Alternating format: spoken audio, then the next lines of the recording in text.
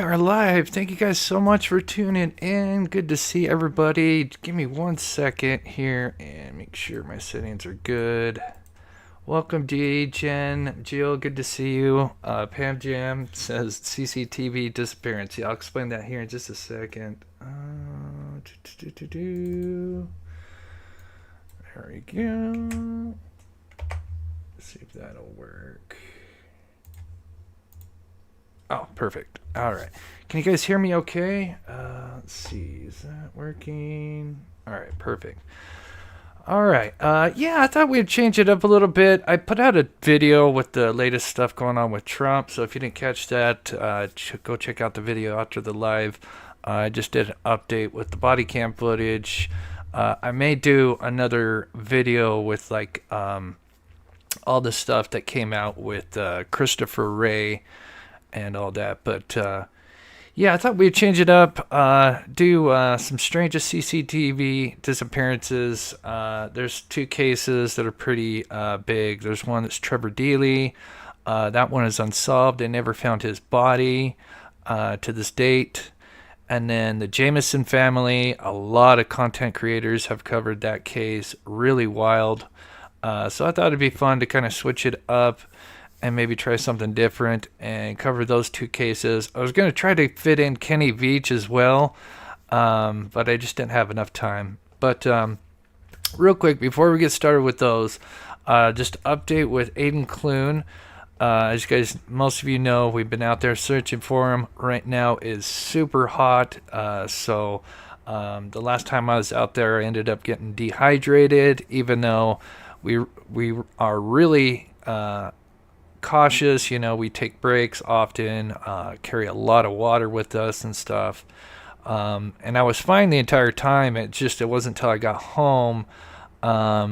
Could be that I could have been bit by a tick, although since I've been using a different outdoor, I forget what it's called, but bug spray, I haven't brought home any ticks for a long time, which is nice, but somehow I ended up with a fever, and it put me out for days, so it kind of sucked. But anyway, I do plan going on out there maybe first or second week of August. It should start kind of cooling down a little bit. But anyway, just to update on that, and they have been going out there. The people that live out in Wales, they've gone out, I think, a couple times since I've been out there, kind of closing more of the gaps that we have been, filling in out there.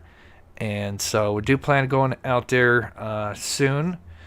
So again, for those that have donated through PayPal, Venmo, and the GoFundMe, I can't thank you enough. If you like, spread that or share that information. Those donations do help for future searches. And then one more thing, I thought it'd be kind of fun to kind of change it up for the members and Patreons. I know I've been uploading a lot of drone footage, which is just kind of like the same stuff, of me basically flying over areas, and it all kind of looks the same. So I thought, since I've got a drone, might not make it fun for the members and Patreons. So I'm going to go out this weekend, and there is a place. We have the Great Salt Lake, and there is called the Great Salt Terror. It's kind of a venue. They have concerts there, but there's a lot of history behind that place. A lot of history. I did like a short video with the members, but I've never actually gone out there and filmed. And since I have the drone, I thought that'd be really cool. As a matter of fact, for those that are familiar with Ghost Adventures, they actually went to this place. This Great Salt Terror, because like I said, it's got a lot of history. It's supposed to be haunted, and so anyway, so I'm going to be flying the drone up and around the Salt Terror and show the Great Salt Lake, because obviously that's something famous for here in Salt Lake, and I thought that'd be fun for the members and Patreons. So that's what we're going to be doing, and then I think each weekend I'll maybe go to different haunted areas or something that's kind of famous out here in Utah. Thought that would be kind of fun for the members and Patreons, so look forward to that. Was it hot by you? It's 75. Oh my gosh, I would love that 75. I'll take it. No, today is 100. I'm looking at it right now. Here, it's the desert here in Utah, so It's either super hot or pretty cold. But yeah, it's hot. I'd take that 75 anytime. That must be nice. Um, yeah, and it might have been a heat stroke. Yeah, it could have been a heat stroke too. I don't know. Yeah, heat stroke, high dehydration. It's weird. I was fine that entire day. You know, we searched 2 days back to back, and of course, yeah, it was 100 plus out there. Um, but it wasn't until I got home and I went to bed and I woke up like a couple hours and I was like burning up and had the flu-like symptoms more or less. And yeah, it sucked and it kicked my butt. Not gonna lie. So definitely gonna take it easy and wait till it cools down out there. But I know we keep saying it. We're so close, and after finding the shoes, we can't give up now. But it's such a double-edged sword because when I go out there, I had to spend money, and I'm not making money because I'm not here doing shows, and then usually it takes me a day to recover, especially in these recent trips because it's so hot. I've got all this footage I have to unpack, and it takes forever, and then I've got to go through it, and so it really just eats into my YouTube time, and so I just lose money like crazy because I'm not doing anything. And then with YouTube, if you're not making content, YouTube just pushes you aside, and then when you put out videos that you normally make certain amount of views, the algorithm doesn't care about you, and you have to kind of crawl your way back into the algorithm, and it's such a pain in the butt. So yeah, I would like that. Yeah, the Great Salt Lakes, you're up in that area. Yeah, that'd be nice, at least this time of year anyway. All right, so starting with the first case, if you guys haven't heard it, this one is Trevor Deely, and there's actually kind of some new information that's come out not too long ago with this case, which is actually kind of big. This is a case that happened not October, that's the other case, December 8, 2000. So this is Trevor Deely. This is an Irishman from Dublin in his 20s. And I'll go ahead and play this.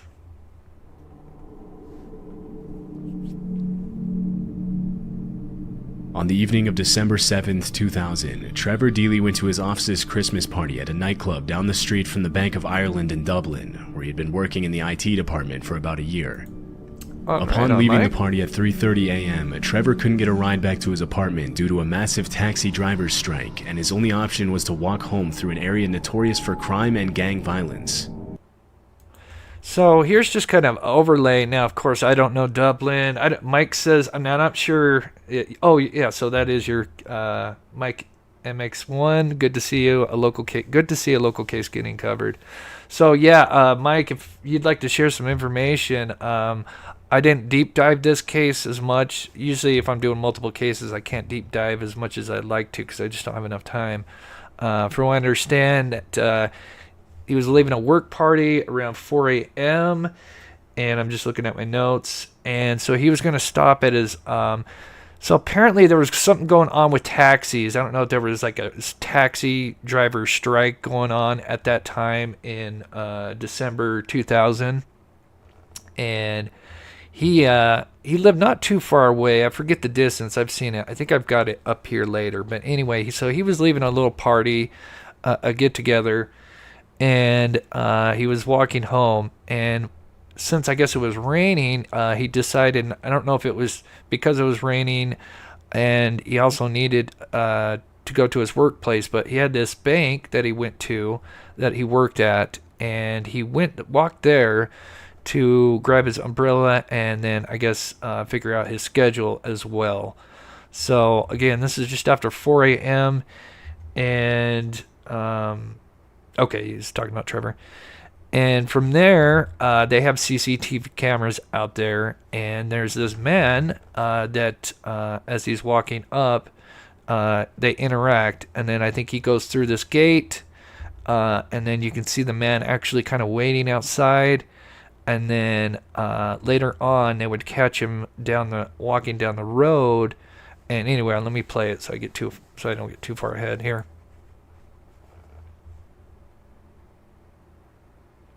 bank's CCTV footage shows a man dressed in black standing behind one of the pillars of the bank's gate.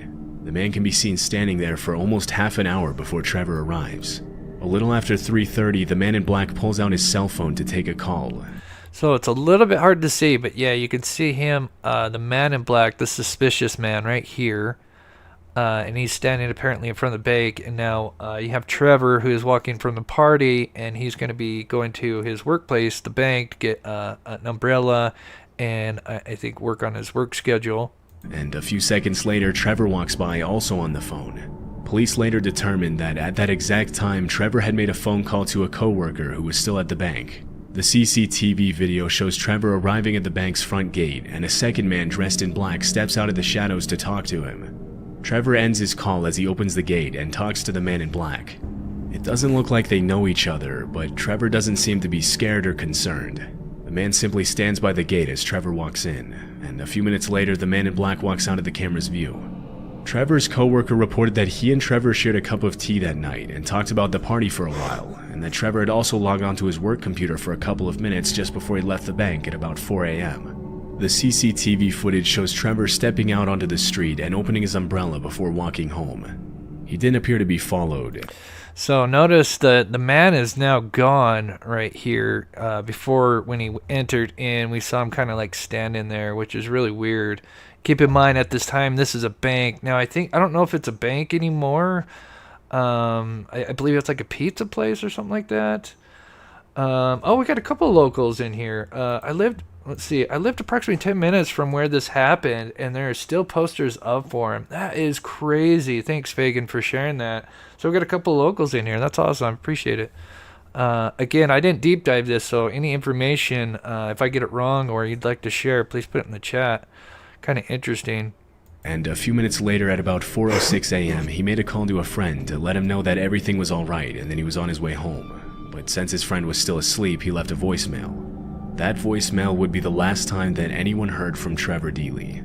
At 4:14 a.m., Trevor was seen walking by an ATM on a street about 15 minutes away from his apartment. Less than 30 seconds later, a man in black appears on screen, apparently following Trevor.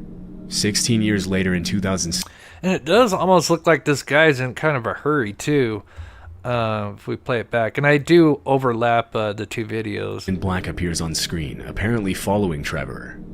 And it looks like the same guy. I mean, you can't really make out much, but, you know, the guy's got a black cap. And clearly and police determined that the man in black dark clothing. So even though there's not much to go off, you know, this is 2000, so not the best video quality, but it appears he's got a cap. The guy, and I'll do a side by side here in a minute, and then dark clothing, which seems to line up with what the stranger that was standing outside before had on him. This was the last footage where Trevor was seen alive. So here's a little bit of more information. I'm just going to read over. So this is the location that he left. He left at 3:20 from the Whaley's. I think it's Whaley's. Went to his workplace at the bank, and then had left shortly after 4 a.m. The individual who's often referred to the man in black has not been identified. And here's just kind of a picture, street view. Again, I don't know if this is a bank anymore. I think this has been changed. But you can kind of see where the gate is. I know it's probably kind of hard to see if you're on cell phone. But there has been some updates in this case, but we'll go over here in just a minute. But yeah, here's kind of a look. If you were to go to Street View, there's the gate over here. And then this is, I think there was the camera right here. I know it's probably hard to see. I wish I could zoom in, but this is the video. But there's the camera and it's pointing down. So the mystery man, before Trevor had arrived, he was kind of standing here. You kind of see Trevor walking by, and then he kind of goes down, I believe, in this area. And then there must be another camera that's behind the gate, pointed towards the gate. So really fishy. I mean, that would be kind of scary, knowing that, you know, this is a bank and you've got this guy, you know, in clad black, that you don't know, kind of loitering around. It's pretty scary. Then, of course, after he would leave CCTV from the bank, that this man is gone, and then so Trevor would start walking home, going this way, and then eventually would be seen for the last time by an ATM machine that had a surveillance camera, which is pointed right here. Although he missed work on Friday, his coworkers didn't seem to. I wanted to pause that. Sorry. So there's the street view of it there. Oh, I'm sorry. I've got that up there. So there's the street view of it, and you can see the pole here matches with the pole here. And so he's walking down. It's raining. He's got his umbrella. And then we see a man that appears to be kind of the same person walking not too far behind him.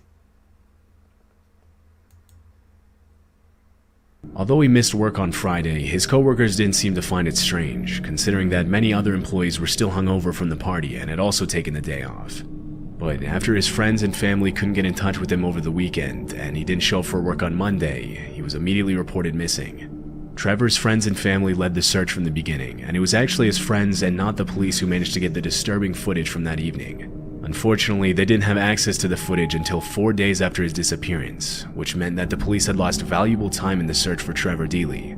There may have been more CCTV footage of Trevor from that night, but at the time, CCTV cameras recorded their footage on VHS. Although he missed work on Friday, his coworkers didn't seem to find it strange, considering that many other employees were still hungover from the party and had also taken the day off. But after his friends and family couldn't get in touch with him over the weekend, and he didn't show up for work on Monday, he was immediately reported missing. Trevor's friends and family led the search from the beginning, and it was actually his friends and not the police who managed to get the disturbing footage from that evening. Unfortunately, they didn't have access to the footage until 4 days after his disappearance, which meant that the police had lost valuable time in the search for Trevor Deely. There may have been more CCTV footage of Trevor from that night, but at the time, CCTV cameras recorded their footage on VHS tapes, which were often recorded over with new footage, erasing the previous footage in the process. Over the years, several theories about Trevor's disappearance have surfaced, but none of them have been confirmed. Some have speculated that he might have been intoxicated that night, which may have caused him to fall into the water under the bridge and drown. Which, I mean, that has happened. Now, is it foul play? But that is very common. A young male leaving a party or a bar, ending up in a body of water. It's definitely plausible. Happens all the time. But Irish police searched all nearby bodies of water, and no signs of Trevor were ever found.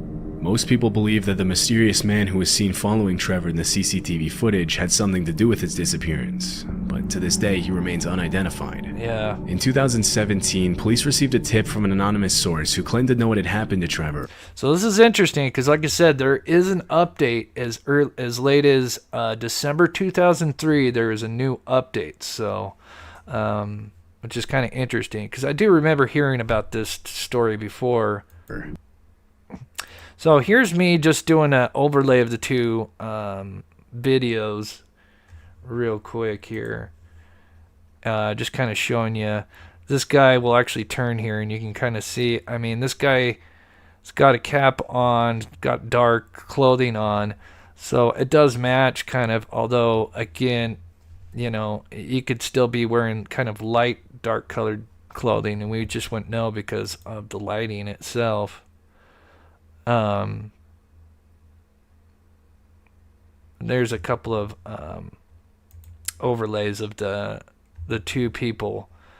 Again, in the beginning, it's believed that they were the same person, but we'll talk about how there's been some updates since then. But clearly, this guy, I mean, what else would he be doing there? Especially where the gate is located. It's not like it's located right off the sidewalk. You have to kind of go down. If you guys remember, I showed you earlier where the gate is. It's kind of more down the. I don't know if there's a driveway or something through this gate or something. But yeah, that's really suspicious for a guy to be kind of standing in that area.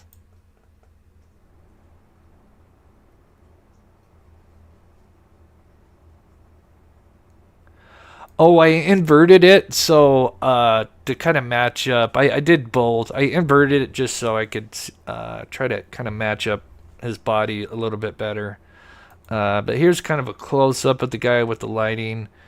Again, clearly a cap on his head.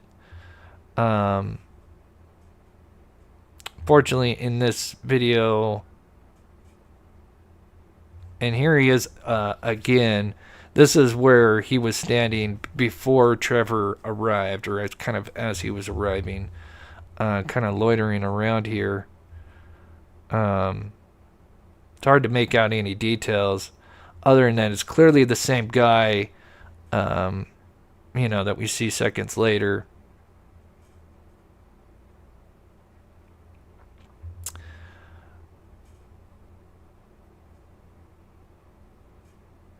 Let's see. Okay, so let's see. Do I have the? What happens? Lived with their 6-year-old daughter. Oh, I must have accidentally edited that one part out. So Received a tip from an anonymous source who claimed to know what had happened to Trevor. So there was an anonymous tip that basically he was killed by a drug dealer and buried him in the woods somewhere was the original theory. Or not original theory, but came through by anonymous caller. And that would kind of make sense. I wouldn't be surprised if that person was involved. But then there was a recent update in 2023, latest December, where apparently they identified the man that was walking behind Trevor while he was walking with the umbrella. So not the guy that was seen at the bank, but the man that was following, what looked like to be following Trevor. Apparently that guy had came forward and they had cleared him. So that's kind of huge. And kind of looking back at this, I wish I had a little bit more time, but his body type does look a little bit narrower than the guy that's standing next to Trevor near the gate. But yes, apparently in December 2023, they, I'm assuming the guy that was allegedly behind him supposedly came forward and said, yeah, that was me walking behind him. Be interesting to know, like, if he was cleared, what did he see? What, because clearly he was behind. He would be probably the last person, other than that footage, if they identified this guy. Did he see anything? So that's the only thing, obviously, we don't know, and probably they're keeping close to the vest if they did. But that would be interesting. Because again, that was December 2023. Maybe this guy provided some extra information that may help this case, maybe bring it back, So it's not a cold case anymore. I was curious. I know we had some locals in here. If any locals want to chime in on what are the theories with the locals, it'd be interesting to know.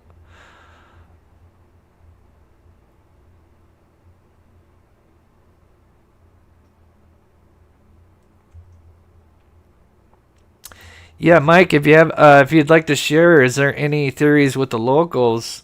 Please share in it. I'd be interesting to know.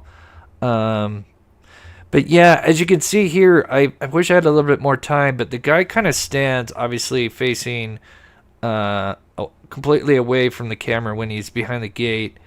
And it does look like this guy has a little bit bigger, broader shoulders. And this guy is a little bit thinner. Again, we're working with very old cameras. Cameras can be deceiving. But again, it does kind of appear like his body type is slightly right here. So you can kind of see he's kind of got a little bit wider body type than appears with this guy. Looks a little bit more narrow. But then again, that could just be the camera. Who knows, but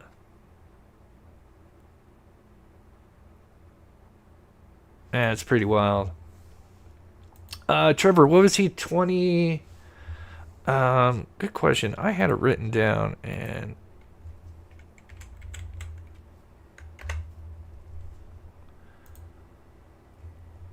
let's see. He was 22. 22. I was going to say 21, but yeah, 22. Dublin, Ireland. Leaving a Christmas party, sadly, and then unfortunately they had like some kind of strike with the taxi drivers, and so this poor guy had to try to walk home. It wasn't far. I can't remember how long or how far it was. I want to say like around 2 to 3 miles, but yeah, it's just terrible. And his body has not, from what I understand, no remains have been found. So it's been, what, 24 years. It's pretty wild. Mike says he's local out there. Fell into the basin of canal, possibly. They couldn't drain it in case of building collapse. Ooh. Yeah, I mean, he did leave a Christmas party. He was apparently drinking. We don't know, how much he was drinking, if he was intoxicated or not, but it is a common thing. Young males leaving parties or bars and ending up in a body of water. It's pretty wild, but anyway, moving on to the next one. Let's see if there's any more. I know there's a couple locals in here. Yeah, I wish I could have done a deeper dive. Like I said, I was gonna do three cases, but I just didn't have enough time to put them together. So the next case we have is the Jamison. This has been covered. This is a really famous case. So we'll go ahead and play that one. I'm just seeing if anybody else is sharing any theories before we move on.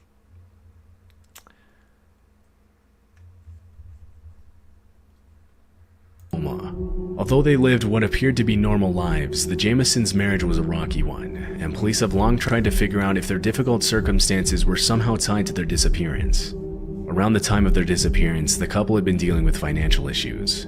Since 2003, the Jamisons had been on disability after Bobby was involved in a serious car accident that left him with severe chronic back pain. His wife, Sherilyn, had her own health issues. She had been diagnosed with bipolar disorder, but sometimes refused to take her medication. Well, Sherilyn did not have the happiest of lives, to say the least.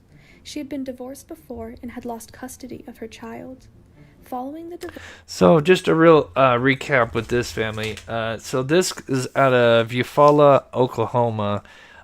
We have Bobby, the father here. We have Sherilyn, the mother. And then we have, at the time, Madison, who I believe, I want to say like 3 or 4 years old when she disappeared.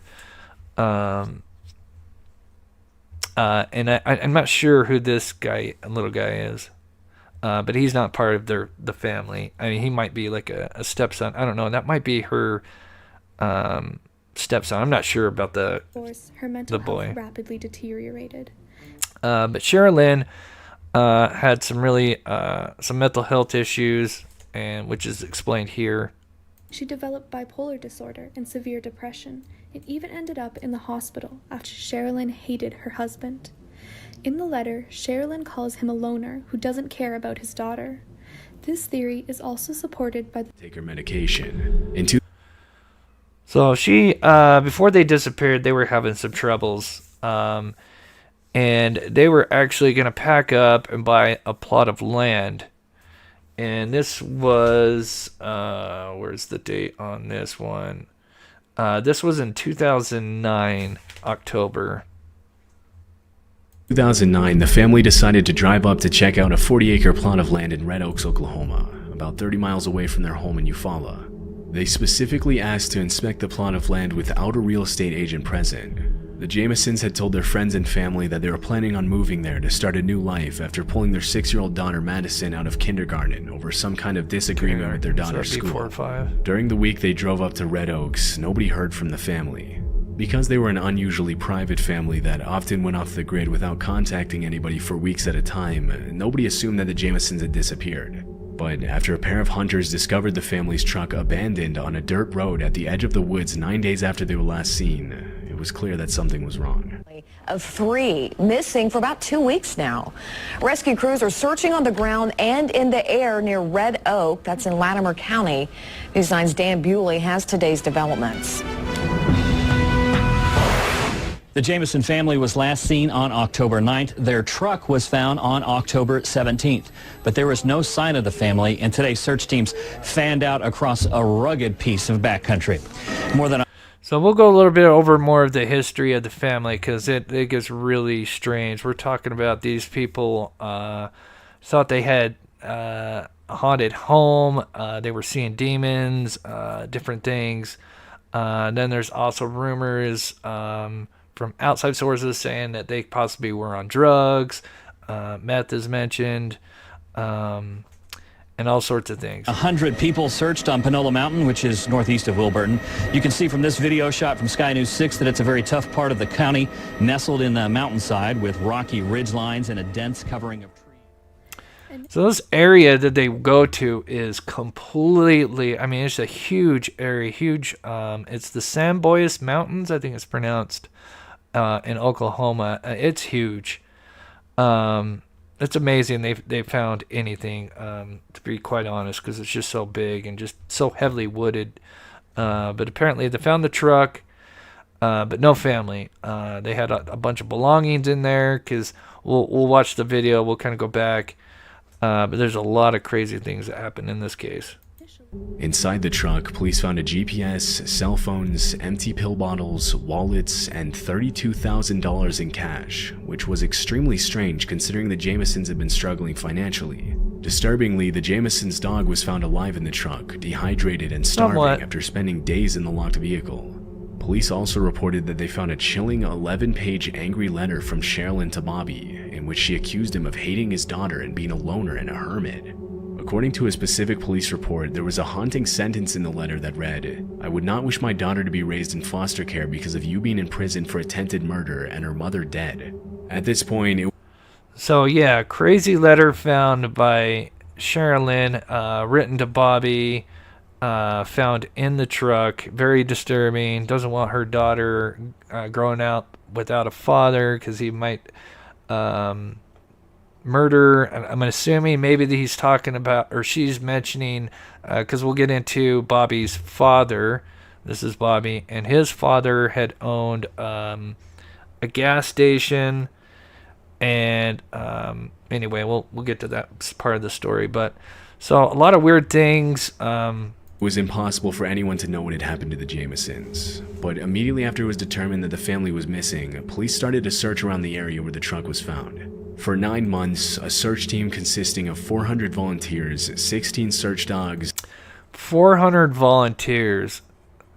It's amazing, even with that amount of people, that they would eventually find something, because this place is huge. Unmanned drones, planes, horses, and a specialized search unit scoured the woods in search of the missing family.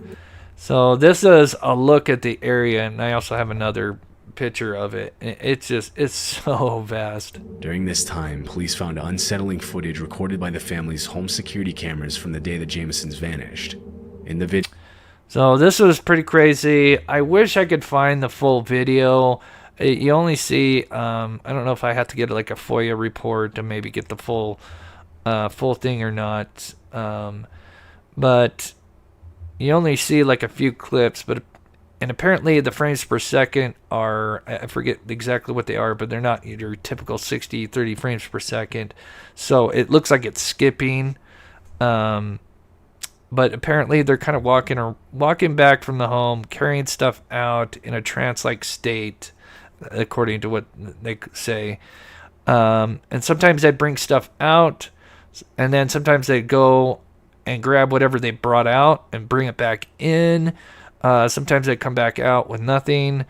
And it appeared that none of them interacted with each other. So you have Bobby, Sherilyn, and Madison, and especially Sherilyn and Bobby. Apparently, they claim they use the word trans-like state. So here's the footage again. It really doesn't make a lot of sense because it's not complete, and there's only a few short clips of them. Bobby and Sherilyn can be seen loading their truck in preparation for the trip, but something immediately seems off about the footage. The couple make over 20 trips to load the truck, sometimes putting things in the truck and then taking those same things back to the house, then back to the truck again. A few times, the husband and wife even walk from the truck to the house and back again without carrying anything in their hands. Strangely, the couple change clothes several times throughout the video, and it's hard to tell exactly with the low frame rate of the footage, but they seem to not interact with each other a single time. The psychologist that was called in to review the footage immediately attributed the couple's bizarre trance-like movements and strange behavior to illegal drug use. Bobby had a history of drug use, but it was never confirmed whether the couple was under the influence of drugs during the video. After looking deeper into the Jamisons' lives, police were only left with more questions. A pastor close to the family mentioned that shortly before their disappearance, Bobby had told him that there were spirits living on the roof of his house, and he had even requested that an exorcism be performed at his home multiple times. Bobby Jamison also owned a copy of the Satanic Bible, which he had been reading before his disappearance to try and find a way to make the spirits leave his house. Friends and family members have also mentioned that they believe the house was haunted, and many of them reported having paranormal experiences and feeling an overwhelmingly dark presence whenever they visited the house. Despite the validity of these claims, it is known that Sherilyn Jamison was involved in a kind of witchcraft. She frequently held seances at her house and often spoke about her supposed paranormal experiences.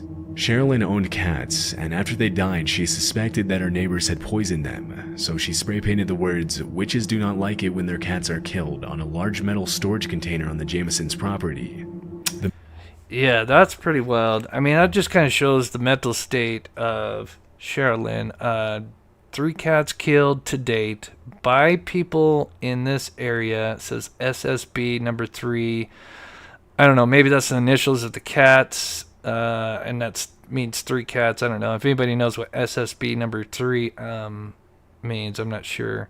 Assuming that refers to the 3 cats. But I don't know what the SSB means. And then, of course, it says witches don't like their 3 black cats killed. So, really bizarre that they would put something up, or she would put something up like that. I mean, clearly not in the right frame of mind. And mental health is terrible. Of course, many cases we covered, including Aiden Clune. I mean, it's a terrible thing. Yeah, we'll talk about the gun. Yeah, a gun was involved in this case as well, which we'll talk about here in a minute. But clearly, those 2 were very unstable. This poor child. And they even found some more disturbing things. Mystery around the case continued to grow. So they had also found a camera, and there was some pictures taken when they had left. So these are kind of like the last photos of what happened to them since they had left the home and went to the San Boys Mountains in the Red Oak area. And this is one photo they took, and then a second photo, and I don't know if there was more photos, but here is one photo, and this is like an infamous photo now. Is that what SSB is? Sucks so bad, number 3? I don't know. I mean, SSB. I guess I could look it up. So here's a picture I just wanted to kind of reference, and then we look at them side by side. So here's a picture of her, probably a little bit younger, all cute. It's got the dog Macy. I think it's Macy. Macy was also with them. Luckily, Macy was found in the truck as very malnourished, dehydrated, but was alive and recovered, thank God. So they were able to, it's a slight silver lining. But here's kind of a side-by-side. Again, this is the last known picture of the daughter, and this was supposedly taken, could have been the day that something terrible happened, and people can't always kind of question, is she happy or is she kind of folded up her arms, sad? It's kind of tough to tell if she's like, happy or upset in this photo. Let me know what you think in the comments. But yeah, something doesn't appear right. I mean, with your hands folded, usually when your hands are folded, isn't that usually signs that they're not happy about something? That would just be my guess. But yeah, what a cutie. And looks like she had lost some of her baby teeth. Yeah, that's what a lot of people, I think more people vote on scared. So I also wondered, I wonder if we could kind of tell what she was wearing when they left. And it does kind of look like she may have been wearing the same thing. Again, we're looking at super grainy film, and we've got what appears to be kind of like a pink shirt. So it could have been the same shirt she was wearing. Then they also found $35,000 in the truck, cash, which is absolutely wild. So this will go into the play. There's many, I think there's like three or four main theories on what happened to him. But with all this kind of cash, one would suspect possibly a drug deal gone wrong. Keep in mind that they were supposedly going out to look at land, real estate. So this could have been for, a down payment. Here's also a picture. Let me go back. Here's just kind of three pictures, just to kind of show you the state of the truck. Let me slow it down for you guys. So here's one. It looks like we're looking like a top-down view. That looks like appeared to be the glove box. That looks like the seat right there. So we kind of got like a top-down view of the, I'm assuming that would probably be passenger side because it's glove box. Backpack. I don't know if that's a tumbler. It is just super messy. Pill bottle here. Then we got on the dash. Got a book. Can't tell what book that is. I'm sure I could probably enhance that. Very messy on the dash. Got a Coke can here. Then we have the back seat. We got a doll. Oops. All right, that goes by quick. So it looks like that's kind of more of a life-size doll. And then clothing and stuff. So yeah, this vehicle was packed. You can see the officer on the other side of the window there. Around the How case creepy. continued to grow, but it wasn't until November 2013, 4 years after the Jamisons' disappearance, that two deer hunters stumbled both upon were the skeletal dumb. remains Yep. of two adults and a small child, about 3 miles from where the family's truck had been found 4 years earlier. Because the bones were heavily decomposed, it wasn't until 8 months later. 5 tonight, an Oklahoma mother may finally get the peace she has been waiting for. Her son has been missing for 4 years now, but this weekend, a possible break. Sky 5 flew over the Sands Boys Mountains where hunters found the skeletal remains of two. So 4 years later, so they went missing in 2009, and of course, like again, just looking at this helicopter camera, it's pretty amazing that they were able to find them. Of course, it wasn't the searchers that found them, which is typically how it goes. But a couple of hunters were out there and sadly stumbled across the remains of the family. Adults and a child. This is the same area where Bobby and Sherilyn Jamison disappeared with their young daughter. KOCO's Kim Passoff spoke to Bobby's mother about her long wait for answers. On November. Yeah. So when they originally, of course, so in 2013, because there was very scattered bones, I think they assumed that there was probably likely this family, but they didn't know at the time, because obviously it was just bones. So it took a while for them to actually identify the remains as that being the family, but I think I forget how long. It took a while. I want to say like 9 months or something like that. But eventually they would come out and say, yes, this has been officially confirmed that it was the Jamison family.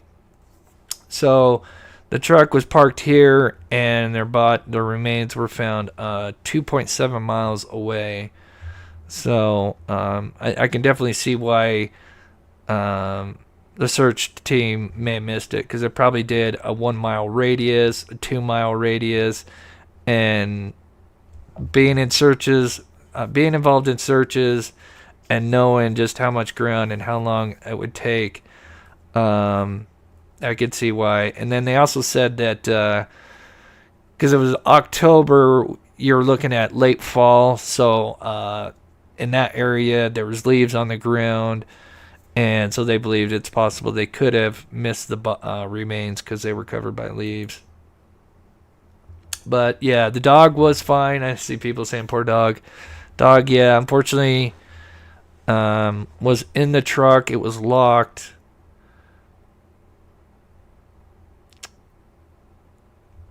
There's some articles.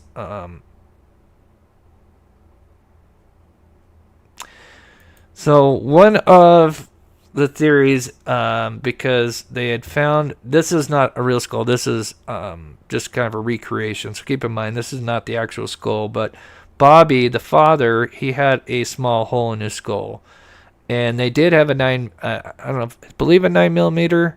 They did have a gun.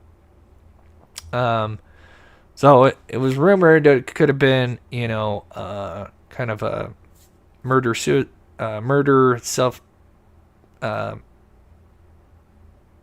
Trying to figure out the word to use. Murder, self-inflicted. Yeah, that works. You know what I'm talking about. Situation. But they said that the hole was too small and most likely was from animals poking at the skull. But we still don't know to this day. Other theories. So here's a look at the Savoy's Mountains. I mean, it's just huge. I mean, here's me backing it out. It's just giant forest, heavy wooded areas all around. So it's amazing that they were able to find them. I mean, it took 4 years, but at the very least, it's a good thing that they were able to find them to give some, the surviving family. The family's truck had been found 4 years earlier. Some resolution, but now the question is what actually happened. Because the bones were heavily decomposed, it wasn't until 8 months later that forensic investigators were finally able to confirm that the skeletons belonged to the Jamison family. Due to the state of the skeletal remains, the cause of death couldn't be determined. With so many disturbing events and unsettling circumstances leading to the family's disappearance, many theories about what had happened to the Jamisons began to surface. Police began by investigating Bobby Jamison's father in connection with the murders. Less than 6 months before the family's disappearance, Bobby had sued his father for $10,000 for making him work unpaid at his gas station, promising him that he'd give his son a stake in the business in the future. After his father sold the gas station and refused to pay him, Bobby started a lawsuit against his father. But things took a dark turn, and Bobby had to get a restraining order after his father threatened to kill him and his family multiple times. Even though Bobby's father was a known meth user and was involved in criminal activity, police concluded that he was not involved in the family's death. I think this is one of the bigger theories that one popular possibly theory happened. is that, considering Bobby Jamison's drug use and the unexplained $32,000 found in the family's car, it's possible that the Jamisons were involved in the drug trade and were killed in a drug deal gone wrong. The area where the bodies were found in is notorious for drug activity, but no solid evidence has been found to support this theory. Police found a small hole on the back of Bobby's head, but forensic experts believe that it was too small to be a bullet hole and that it was most likely caused by animals after his death. Involved in drugs in the Mexican cartel. In a letter, he also said, So this is also retaining to the father. So apparently the father at that time was in a pretty bad shape, even though there was some conflict between the two.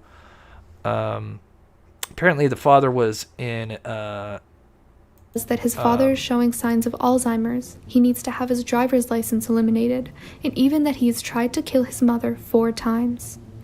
This seems like an open and shut case, except for the fact that Bobby Sr. was 65 years old at the time and was living in a care home. There is no way that he could have executed this plan all by himself. Other people have speculated. Yeah, so if he was living in a care home, I mean, but if he did have connections, it's still possible.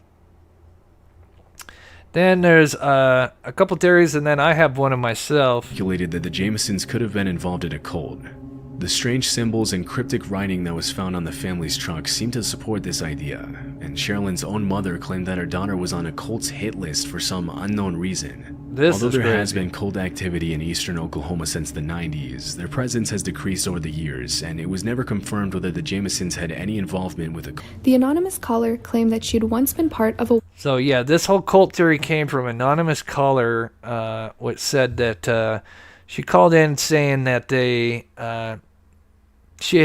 anonymous caller herself said that she belonged to a white group, and that she saw a bunch of names in it, and these were names. It was kind of a hit list, and in those names, they had noticed. She said that the names of the Jamison family were in there, which again seems kind of out there. I'd say that's probably unlikely. Reminds me of the satanic era, that was going on, in the 80s, 90s. I guess it'd be more 80s, I guess. But, yeah, it sounds a little ridiculous. White supremacist group, and that she had seen a book filled... And this was because Sherilyn was Native American. ...with the names of people that needed to be taken care of. This caller said that she would memorize the names in this book and then search them up later on the internet. She claims that she remembers seeing the Jamisons family's names in the book. Since Sherilyn was Native American, the group could have decided to place the family on the list, which could have led to either the murder or the kidnapping of Sherilyn and the rest of the family. Because of the hate letter found in the truck and the couple's history of mental illness and drug use, some people think that either Bobby or Sherilyn could have murdered the their satanic family panic. Oh God. With no evidence at the scene to support any of these theories, the case has remained unsolved for West Memphis 3. That's a case I'd like to cover. 14 years. Police and investigators are still searching for new evidence, but there are currently no suspects for the disappearance and murder of the Jamison family. So, two things. Let's see, is it two things? Yeah, I think it's two things. Two main things that I can remember. There may be others, but the two biggest things that are missing is a briefcase. So in the footage, and we see where they're kind of walking around here. She has a brown. Sherilyn herself has this brown briefcase that they notice she put in the truck. That brown briefcase has never been found. So, interesting to know. I wonder what was in there. And along with that, they had, I believe, a 9mm, a gun. And that gun has never been found. So, kind of interesting that those two items, be curious to know what was in the brown briefcase. And then there's one thing that's mentioned is... they said there was a lot of empty pill bottles in there. I definitely think this, in my opinion, out of all the theories, I think it was an unaliving, a family unaliving, if you know what I mean. And I would lean towards Sherilyn as the most likely between the two parents. That's just, of course, my opinion. But clearly, she wrote a letter. They found it in the truck saying how much she hates her husband, Bobby. So that definitely there's signs of a motive there. And I do wonder, what, I mean, of course, it was kind of messy in the truck. So I guess in one way, empty pill bottles wouldn't be too big, but a bunch of empty pill bottles, it does make me wonder, did she poison them? Did she, was it an OD or something purposely? That's one thing. or maybe she shot them and then she, took prescription. I don't know. But thought it was kind of interesting that the pill bottles were empty. I mean, if you're packing up, which like they're gonna move for good because their home is haunted, and they're trying to buy this acre. Let me know what you guys think in the chat. Drug deal gone wrong. The only thing wrong with that is, the $32,000 cash in the truck. Let's see, what else is there? Trying to think of all the theories. Yeah, you have the Bobby and his father, and then his father possibly retaliating by hiring, some kind of hitman, mafia or whatever, or cartel, not mafia, excuse me, and taking him out. But again, I'd be curious to know, like, how much of the remains were found. Did they find all the skulls of each of the individuals? Obviously, they only mentioned Bobby's skull. Yeah, what kind of pills exactly? Yeah, it'd be interesting to know. I don't know. You can see him in some of the photos. I don't know if I could zoom in on him or not. Included that. Oh, see, here's one right here, and it's kind of funny. This one's actually sent by the letter too, apparently. Oh, let me back it up just a little bit. So yeah, so here's a pill. Oh, I got it up. That I didn't play. So yeah, here's one in here. God, it almost looks like cash right there. All right, folded up. But yeah, apparently the note, kind of like the nasty note to Bobby, was in here. But yeah, you got a pill bottle there, and I think go back. I think it was in the photos that go by.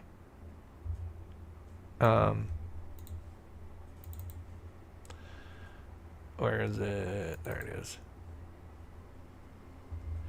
So yeah, there's another one there. Pill bottle in the glove box. I mean, I'm assuming if you got mental health issues, maybe schizophrenia, maybe lithium, yeah, who knows? I mean, I could shout out a lot of things, but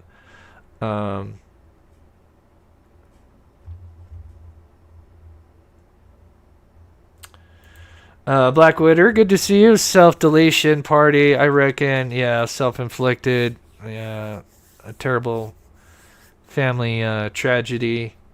I lean towards that the most, and I lean towards, out of the mother, between the mother and father, I lean towards the mother just because it sounds like she was a little bit more unstable than the father. Again, this is just going off what we know. I clearly didn't know her personally, so it could be different.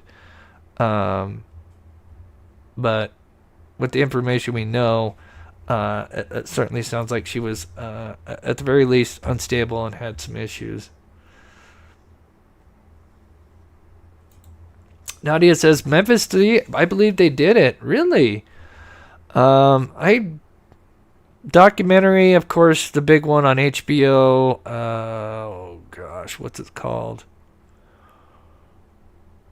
Let me know in the chat. I can't think of it off the top of my head. Really, really great. I don't know. I think they jumped the gun. I really do.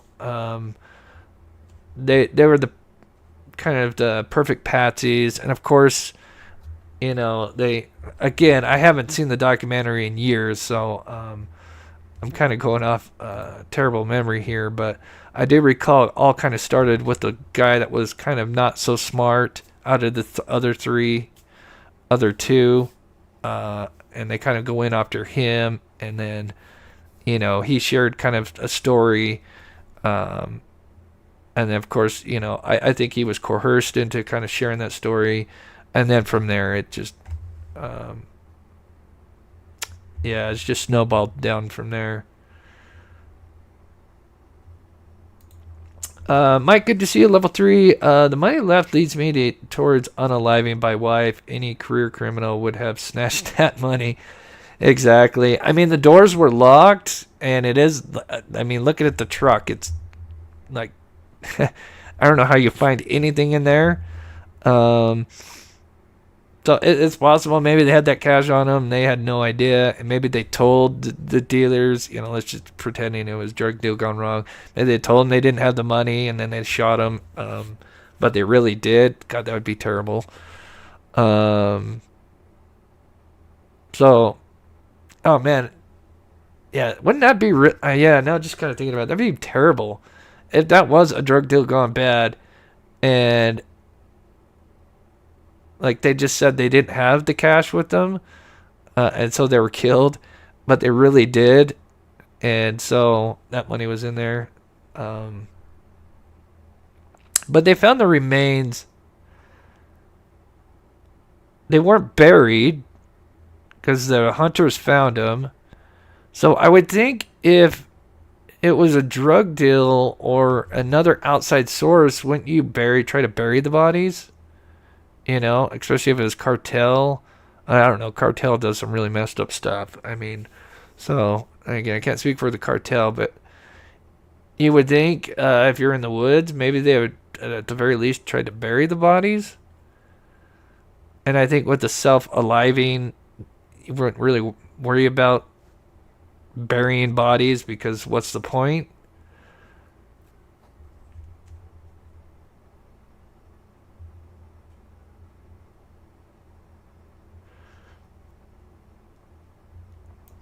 I think it was the stepdad. Oh, yeah, I remember they started leaning towards him in that documentary. Man, ooh. Was Jesse the slower one? Yeah, it's been a while. I forget all the minute details on that, but yeah. But anyway, I was trying to see if there was anything because obviously this happened started in 2009, found the remains 2013. Still nothing has come out as far as this case. Maybe eventually they can go back and look at the remains and maybe. As technology evolves, maybe they can re-examine, do another autopsy. Maybe they can determine something they may have missed the first time around. That has happened before for sure.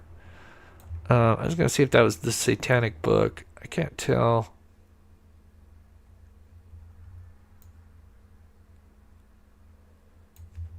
Man, that's dirty though.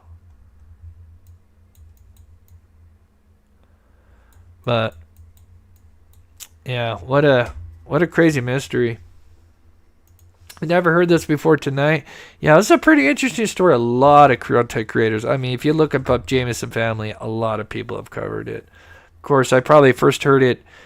I don't know if it was Mr. Ballin or Mike from that chapter. I think it was that chapter that I first heard it from. But what a very interesting story. There's more that I just didn't get a chance to cover because I'm doing more than one case, so I'm not doing a full deep dive on one or the other.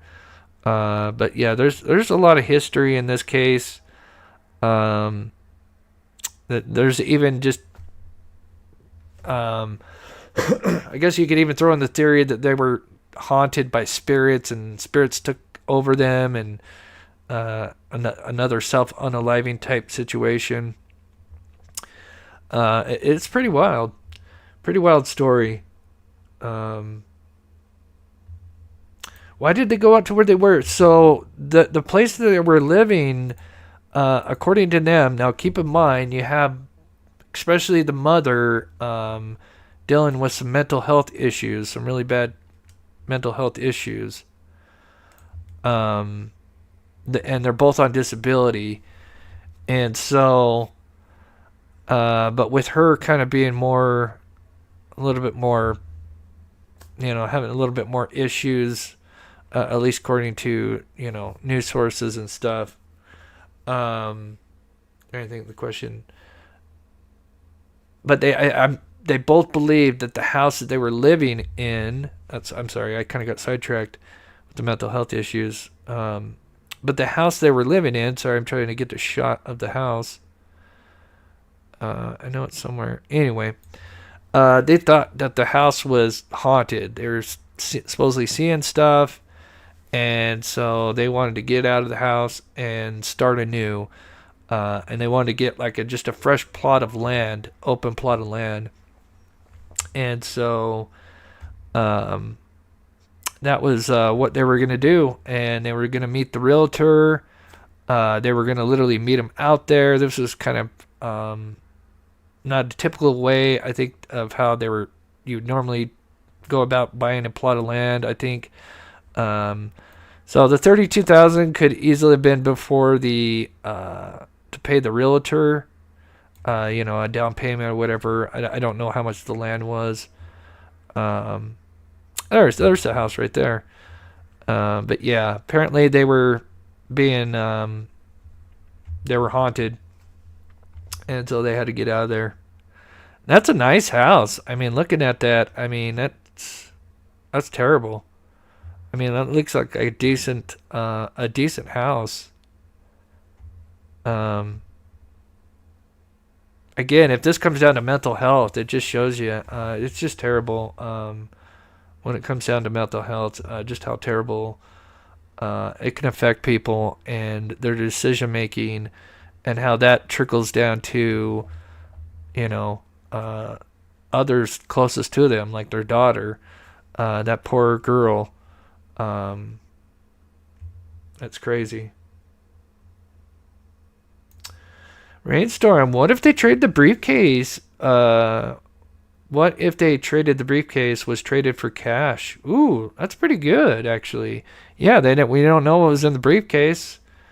Yeah, maybe they had, I mean, if you want to go drug deal route, maybe they had, heavy drugs and sold it, and that was the $32,000, and then maybe word got out that they had money. Yeah, something, yeah.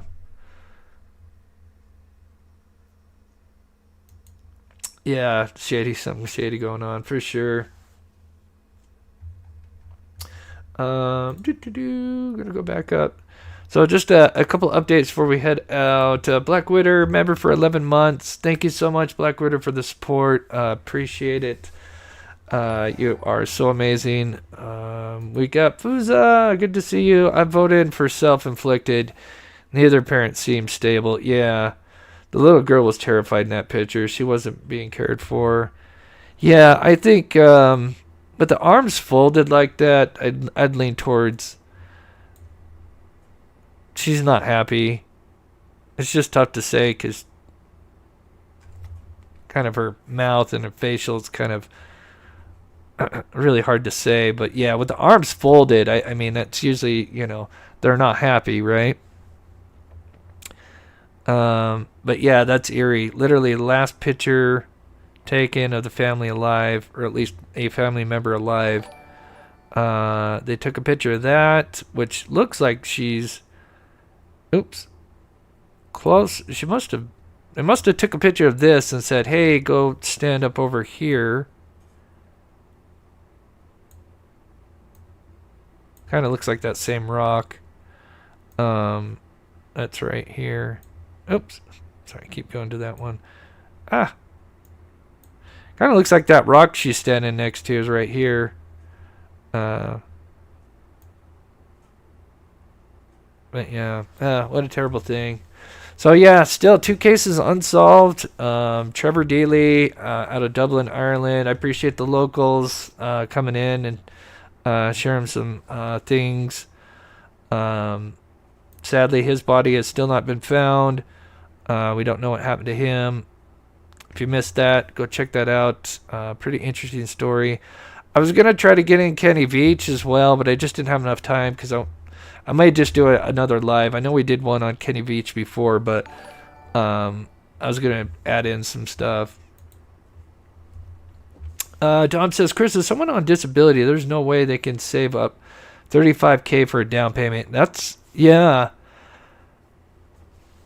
It was actually 32. I said 35, but yeah, 32, 35. Not a big difference, but yeah, I mean, that is a great point. Yeah, how did they come up with that? That is interesting. Oh, I was going to say one more thing before I finish, though, with the family. So I didn't share what the family thought. So according to the family, like the surviving family, the extended family, oh, I had a picture of them somewhere. Anyway, I'll just pull up this one. So the extended family, they believe, just got to look at my notes here. According to the family, they believe that when they were out there, they saw something that they shouldn't have. Now, keep in mind, they were in an area that supposedly had, was heavy with, bad deals going on and stuff like that. So they believe that they went out there and sadly saw something they shouldn't have, and their lives were taken. So, certainly possible. But I appreciate the membership, Sean. Member for 9 months. That's awesome, buddy. I hope you take care of yourself. I don't know. We see a truck, but I thought I saw 2 vehicles. When they're loading stuff up, there's like 2 vehicles. There's like a car. So I believe they had at least 2 vehicles. But they only took the truck. So, Elizabeth, good to see you. She looks upset, nervous, in my opinion. Yeah, a lot of people saying upset. Yeah, with the arms folded, for sure. So just one more time. Oops, sorry, pulled up the wrong thing here. So for the members and Patreons, what I'm going to be doing to kind of change things up, because, I've been going out searching for Aiden Clune, and, been uploading drone footage. It's kind of like the same stuff, the footage, me flying.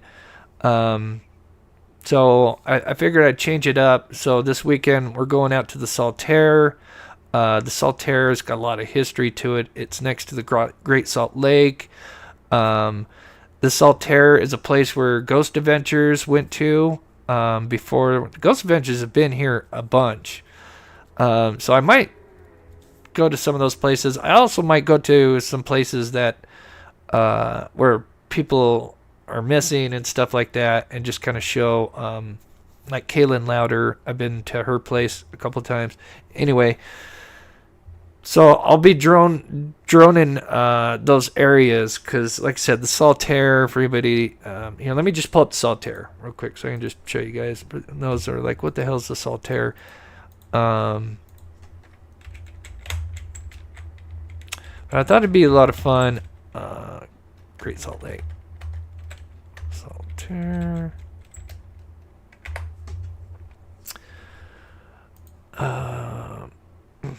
So again, yeah, this has got a lot of history to it. This was supposed to be kind of like the boardwalk for the Midwest. Never going to try to do that. As a matter of fact, this is kind of what it looked like. Oh, shit, you can't see it from there. Oh, it's a YouTube video. So, oh, this is actually kind of cool. Actually, this is a perfect video to pull up. So this is apparently what it looked like in 1983, which this is 1893. Holy hell. So that's apparently what it looked like. That's pretty wild. So we were trying to make something like the boardwalk, which is what in, oh gosh, I can't think of it. You'll let me know in chat. Jersey. But again, now keep in mind, this water was the Great Salt Lake. So yeah, you could float, which is kind of cool. That's pretty wild. They actually had train tracks going across this. This lake, the Great Salt Lake, is no deeper than, the deepest part I think is like 20 feet. Most of it's 3 to 5 feet. So you can literally walk across this giant lake. Now, of course, it's been drying up. So apparently it burnt down a bunch of times. And there was a body even, I think there was two murders? At least one murder for sure. I can't believe they had this train track, man. That's so wild. Now, I'll be honest. I've swam in the Great Salt Lake. I would not recommend it. It's got a lot of brine in it. So now this is what it looks like now. Again, it's got a lot of history to it. Supposedly a murder or a victim was left there. It's a place that's supposed to be cursed because, like I said, it burnt down a bunch of times, flooded a bunch of times. This may surprise some of you. I saw Marilyn Manson there because it's kind of a venue for concerts. And I'll be honest, it was the best concert I ever saw in my entire life. Marilyn Manson, I know he's a satanic-looking person. I think he's just really just the future of Kiss. He dresses up. He's actually really an intelligent guy. And anyway, not to get sidetracked, but I'll just never forget because it was the best concert I've ever been to. But anyway, yeah, the Salt Terrace is pretty amazing. It sits just right, kind of right on the Great Salt Lake. And anyway, so I thought it'd be cool. We'll start this weekend. I'll drone that area. I think that'd be really cool to show the members of Patreons. And then maybe from there, we could do a vote and vote on the next place to maybe go and drone. I thought about area. I want to say Area 51, not Area 51. Skinwalker Ranch. I thought that would be kind of fun. Although they don't like drones flying near there, so I may have to fly kind of away from that area. I don't know. Maybe put that one in my back pocket for later. But there's tons of places. But again, Ghost Adventures has been there. If you like Ghost Adventures, actually had a pretty exciting episode there. But yeah, I thought it would be kind of fun to kind of change it up for the members and Patreons. And then one more time again, we're going to be going out for Aiden Clune. We've been searching so hard for him. And, again, we found the first physical evidence in 2 years. And I don't want to give up on him. And the only way to get out is, to make money through YouTube ads, unfortunately. And like I said, I'm going to start making more videos and hopefully get back on the algorithm. But then also, donations. You guys know I hate asking for donations. It's not something I bring up like other channels where they're begging. I do have it in the chat, but that's just kind of pre-programmed, so my mods don't have to do it all the time. But they do help. Obviously, there's links there if you'd like to share them or donate. But again, I'm not a person that's going to beg for donations. But anybody that's been with me knows that those donations will go towards searching for him. I have never disappointed on when it comes to going out and searching. So with that, I am going to try to be back live for the rest of the week, mods. So what I'll try to do, especially for tomorrow's, let you guys know a few hours, at least 4 hours ahead of time. I'll post a link, so you guys know that what time the live is. But I'm going to try to go live the rest of the week so we can try to catch up on missed lives, because I missed a lot of lives, unfortunately, this month just because we've been out there searching. And then to those, again, that have donated, again, I can't thank you enough. So with that, Renee O'Neill with the $10. Thank you so much, Renee. Appreciate it. You are so sweet. Again, we will bring Aiden home, and we'll have something. We'll have something at the end when we bring him home. I'm going to definitely go back through all the donations, and we're going to, of course, acknowledge everybody, because a lot of people have donated, and I know it's been expensive looking for him, but we've came so far. It would just suck to kind of back down now. So, Sensei, good to see you. I'm late. I'll watch the replay. Love you, Chris. Good to see you, Sensei. Member for 19 months. I appreciate all the support. We will do an outro. Once we get the live shows going again, we'll probably ask new viewers to bring in some pictures and stuff. So with that, we will see you guys tomorrow. I hope you have a wonderful night and be safe, guys.